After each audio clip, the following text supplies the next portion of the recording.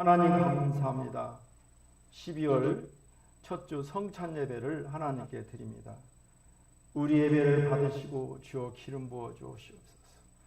병든 자는 치유함이 있게 하시고 눌린 자는 자유함이 있게 하시고 간구하는 자는 응답이 있게 하여 주옵소서. 예수님의 이름으로 기도합니다. 아멘. 저는 기다리는 성도가 받는 복이라는 제목으로 하나님의 말씀을 전하도록 하겠습니다. 우리가 잘 아는 강철원 카네기의 사무실에 가면은 그림 한 점이 이렇게 걸려 있습니다. 그 그림이 뭐 이렇게 유명한 그림도 아니고 아주 보기 좋은 그림도 아닙니다. 유명한 화가의 그림도 아니었고 예술품으로서 가치가 있는 그림도 아닙니다. 단지 썰물이 빠질 때 함께 밀려나가 모래사장에 아무렇게나 던져져 있는 나룻배 한 척과 녹아 그려진 무척 어둡고 처량한 느낌이 드는 그림이었습니다. 그 그림 밑에는 이러한 글귀가 써 있습니다. 밀물은 반드시 돌아온다. 그의 사무실을 방문했던 한 사람이 카네기에게 묻습니다. 회장님, 이 그림에 무슨 사연이 있습니까? 이 물음에 입을 엽니다. 나는 젊었을 때 이 집 저 집을 다니면서 물건을 팔고 있었습니다. 그런데 어느 집을 갔더니 어떤 한 노인의 집에 이 그림이 걸려 있었습니다. 그림이 인상적이었고 무엇보다도 그 글귀가 감동적이었습니다. 하루는 그 물건을 팔러 갔다가 그 노인에게 말합니다. 어르신, 이 그림을 저에게 팔거나 주시지 않겠습니까? 그런데 그 노인이 아무 말도 안 하면서 카네기에게 그 그림을 줬습니다. 그 그림에 얽힌 사연을 말한 카네기는 그림을 다시 한번 쳐다보면서 말을 덧붙입니다. 나는 이 그림을 내가 잘 보이는 곳에 붙여놓고 평생 소중하게 간직했습니다. 그리고 어려움이 밀려와 내게서 무언가를 휩쓸려 갈 때 그 그림을 보면서 내 자신에게 다짐하듯 말합니다. 밀물은 반드시 되돌아온다. 밀물은 반드시 되돌아온다. 밀물은 반드시 다시 온다. 어느 교회 전도사님이 중고등학교 학생들에게 대강절이 뭐하는 날이냐 이렇게 물으니까 한 학생이 말하는 거예요. 아, 전도사님, 연말에는 크리스마스도 있고 또 연말연시도 있으니까 대강 넘어가는 절기지요. 대강절이라는 이 학생의 말처럼 중요한 연말을 대강 보내서는 절대는 안 되는 절기입니다. 대강절이란 기다림의 절기로 말씀이 육신이 되어 성육신하신 예수님의 오심을 기다리는 절기입니다. 기다리고 기도하고 생활을 거룩하게 하고 절제하고 경건하게 하면서 우리 주님 오시기를 기다리는 기간을 말합니다. 웨스트라라는 사람은 이렇게 말합니다. 인생에서 기다릴 줄 아는 것이 성공의 제1 비결이다. 노인 빈센트 필은 이렇게 말합니다. 어떻게 기다려야 하는지 아는 자에게 적절한 시기에 모든 것이 주어진다. 인생은 기다림의 연속입니다. 우리가 기도라는 프레이라는 말도 기다린다는 것입니다.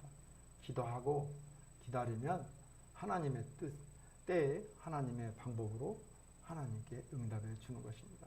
그러므로 프레이, 기도, 기다림 같은 의미가 있습니다. 인생은 기다림의 연속입니다. 만약 우리가 주님을 기다리고 있다면 그 기다림은 시간 낭비가 절대 아닙니다.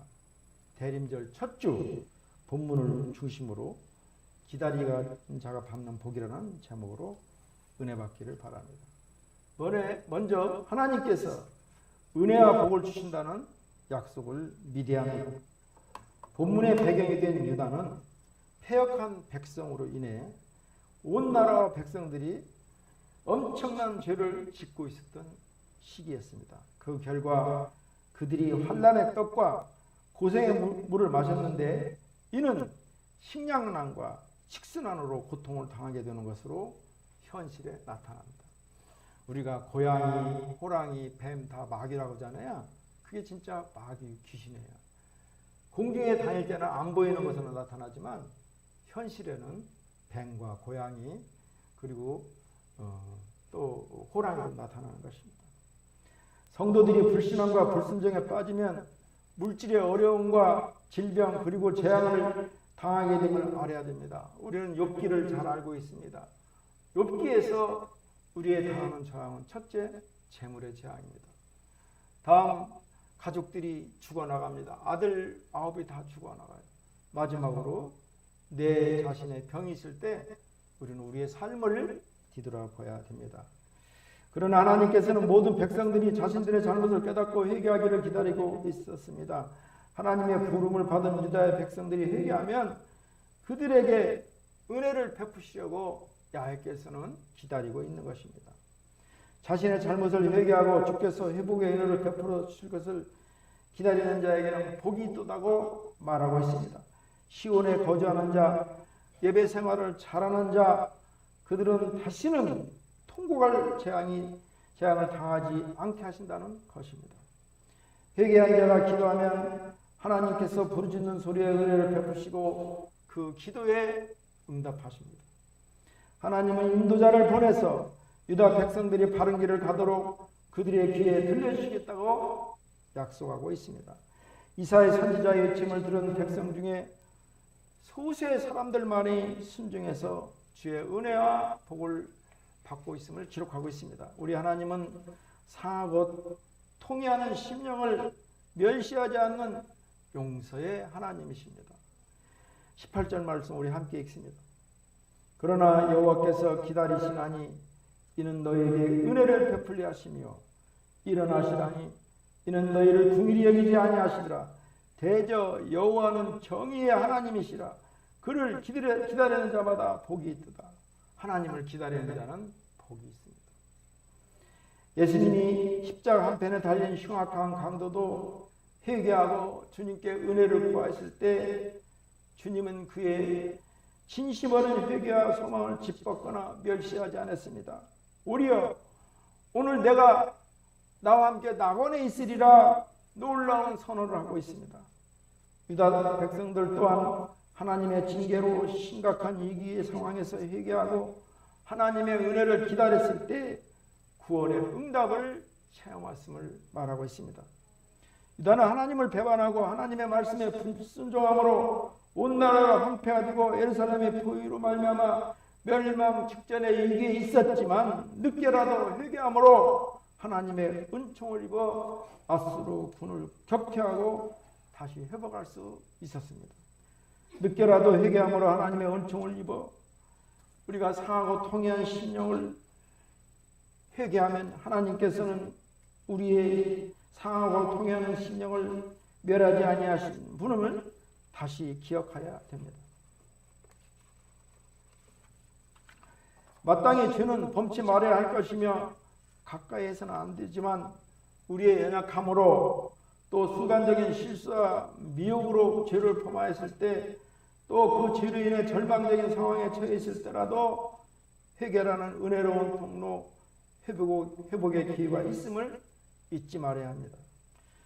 자비로우신 하나님 진실로 회개하는 자를 멸시하지 아니하거나 회개치 아니하시고 그를 용서하시며 인도하시는 우리를 앞에 나아가 자복하기 바랍니다.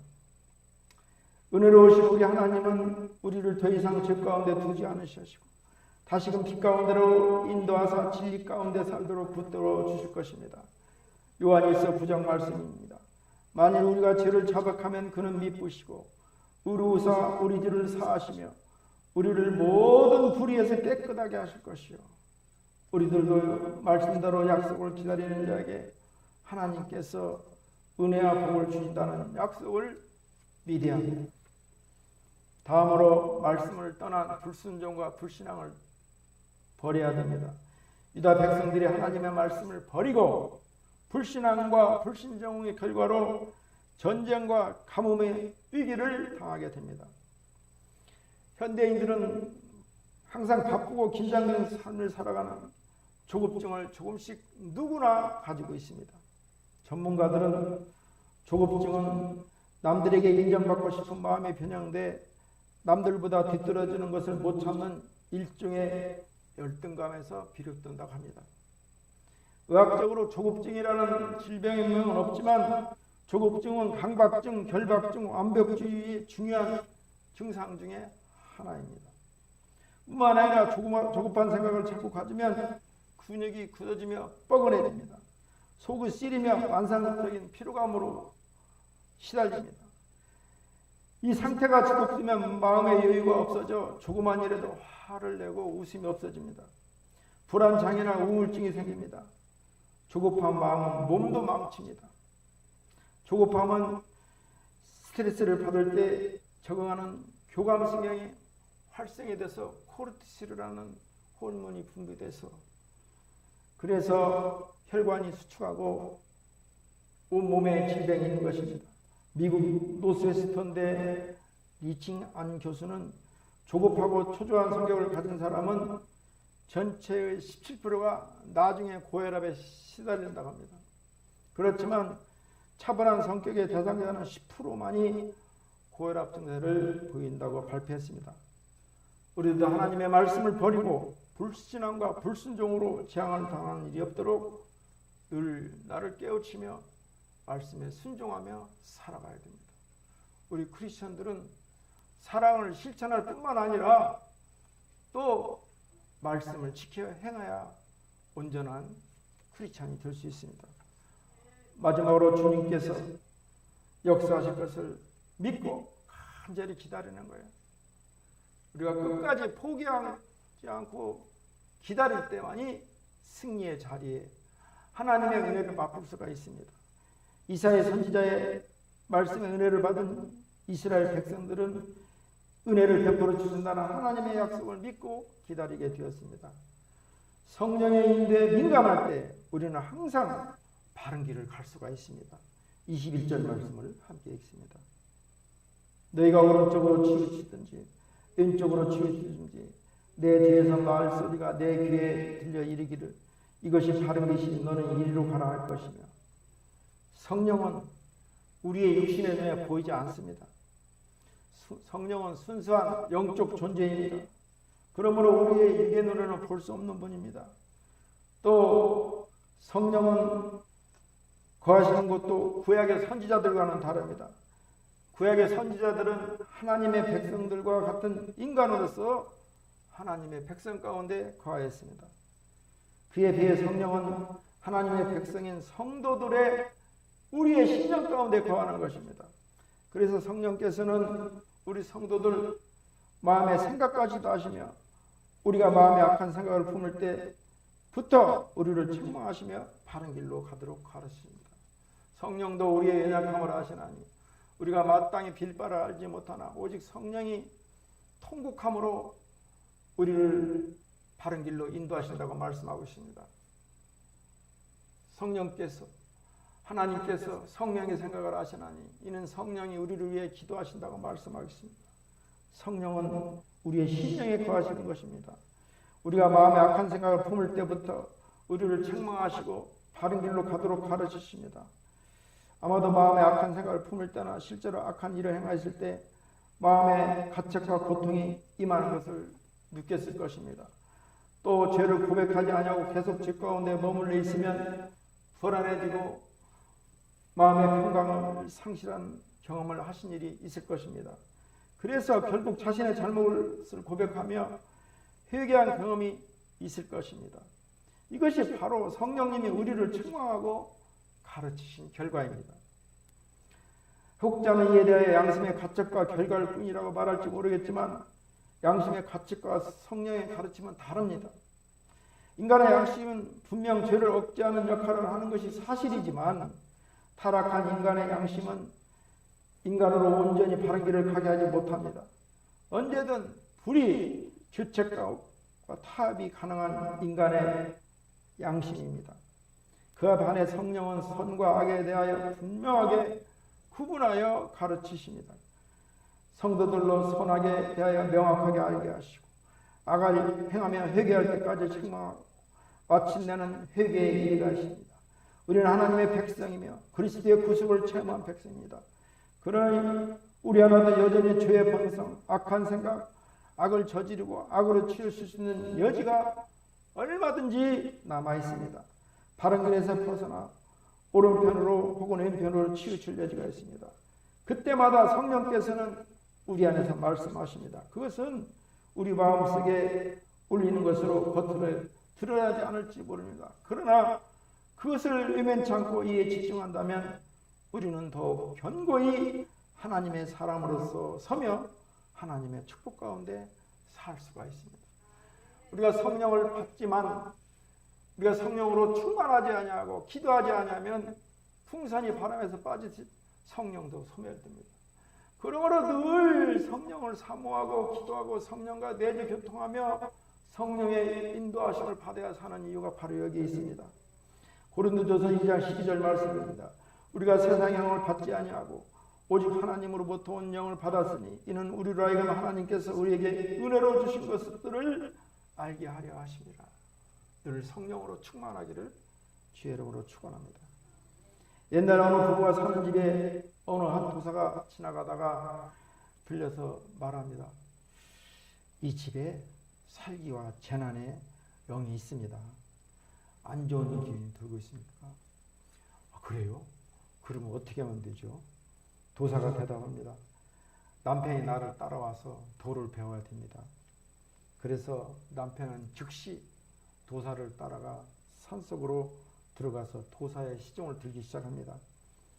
그러면서 가정의 살기와 재난을 이길 수 있는 방법을 가르쳐달라고 합니다. 그때마다 도사는 말합니다. 기다려라, 기다려라, 기다려라 하면서 밥 시키고 장작을 패고 물 긋는 일, 청소하는 일을 시키면서 온갖 도사의 시종을 들게 합니다. 그때마다 이 사람은 말합니다. 언제 가르쳐 주십니까? 계속 기다리라는 말만 합니다. 어느덧 세월이 흘러서 3년이라는 세월이 들어갑니다. 이제 더 이상 참지 못한 그 사람은 도사 몰래 그 산속을 빠져나옵니다. 그래서 몰래 집으로 도망쳤습니다. 며칠이 걸렸습니다. 아내 몰래 아내를 놀리키려고 집에 들어가는데 집에 가서 들어가 보니까 두 명이 집에서 자고 있는 것입니다. 그리고 밖에는 남자의 신발이 있습니다. 이에 머리가 든 남편은 도끼를 들고 방에 들어가서 내리치려는 순간 그 도사가 하는 말이 생각납니다. 기다려라. 도끼를 내려놓고 있는데 또 화가 치밉니다. 다시 도끼를 들었습니다. 도끼를 내리치려고 하는 순간 또 그 도사의 말이 생각납니다. 기다려라. 기다려라. 도끼를 내려져 놓습니다. 부스럭부스럭거리는 소리에 두 명의 사람이 깨어 일어났습니다. 보니까 아내와 동생 처제였습니다. 기다리지 않았으면 그 자리에서 살인이 일어나는 장면이었습니다.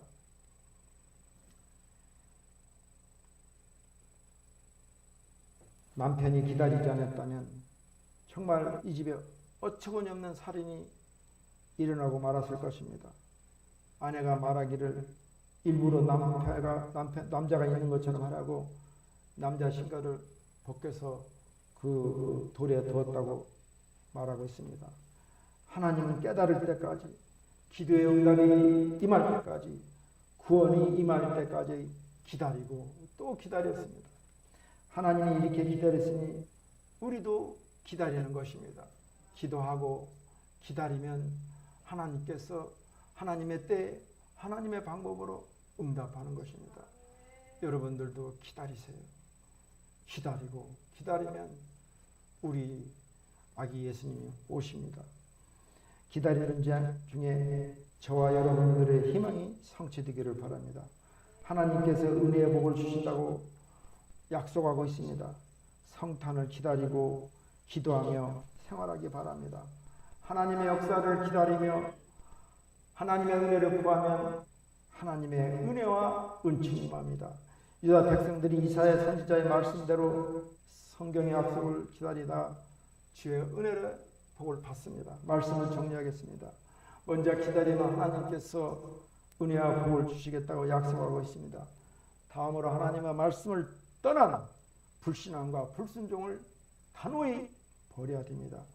그리고 하나님께서 역사하실 것을 믿고 간절히 기다리며 살아야 됩니다. 하나님의 역사를 기다리면 은혜와 복을 주십니다. 우리들도 유다 백성들처럼 하나님의 약속을 믿고 기다리고 주님께서 주시는 은혜와 복을 받기 바랍니다. 그리하면 좋은 것으로 우리 하나님께서 약속대로 채워주시는 은혜가 임합니다. 그러한 하나님의 은총이 임하기를 주의 이름으로 축원합니다. 기도합니다. 하나님 감사합니다. 아버지 대림절 첫 주 하나님 기다리기로 결단했습니다. 주님 오실 때까지 우리가 절제하고 그리고 기도하며 아기 예수의 탄생을 기다리며 간절히 소망하며 기다리게 하여 주옵소서. 예수님의 이름으로 기도합니다. 아멘. 오늘은 성찬절입니다. 우리 주 예수 그리스도를 기념하여 그의 재림식까지 그의 죽으심을 기억하는 예식입니다. 하나님 아버지, 주님을 영화롭게 하고 주님께 감사드리는 것이 실로 마땅합니다. 주만이 오늘도 살아계시고 참되는 하나님이시며 창세전부터 영원까지 빛 가운데 거하십니다. 모든 생명의 근원이시며 모든 선함의 근본이신 주께서 만물을 만드시고 주의 영광스러운 피단에 즐거워하게 하셨습니다. 수많은 천사의 무리가 주님 앞에 서서 주님을 섬기고 주님의 영광을 보며 끝없는 찬양을 드립니다. 천사의 무리와 하여 저의 목소리를 높여 기쁜 찬양을 드립니다. 우리 찬송 주의 무한하신 은혜와 하나님 아버지의 한량없으신 사랑하심과 보혜사 성령님 내 집에 통 충만하심, 이제 아기 예수 오실 때까지 대림절을 기다리며 모든 생활에 절제하며 그리고 아기 예수의 오심을 기대하게 되고 기도하며 기다리고 결단한 모든 성도들 머리에와 가정에와 행하는 범사 위에 지금부터 영원토록 함께 계시기를 간절히 축원하옵나이다. 아멘.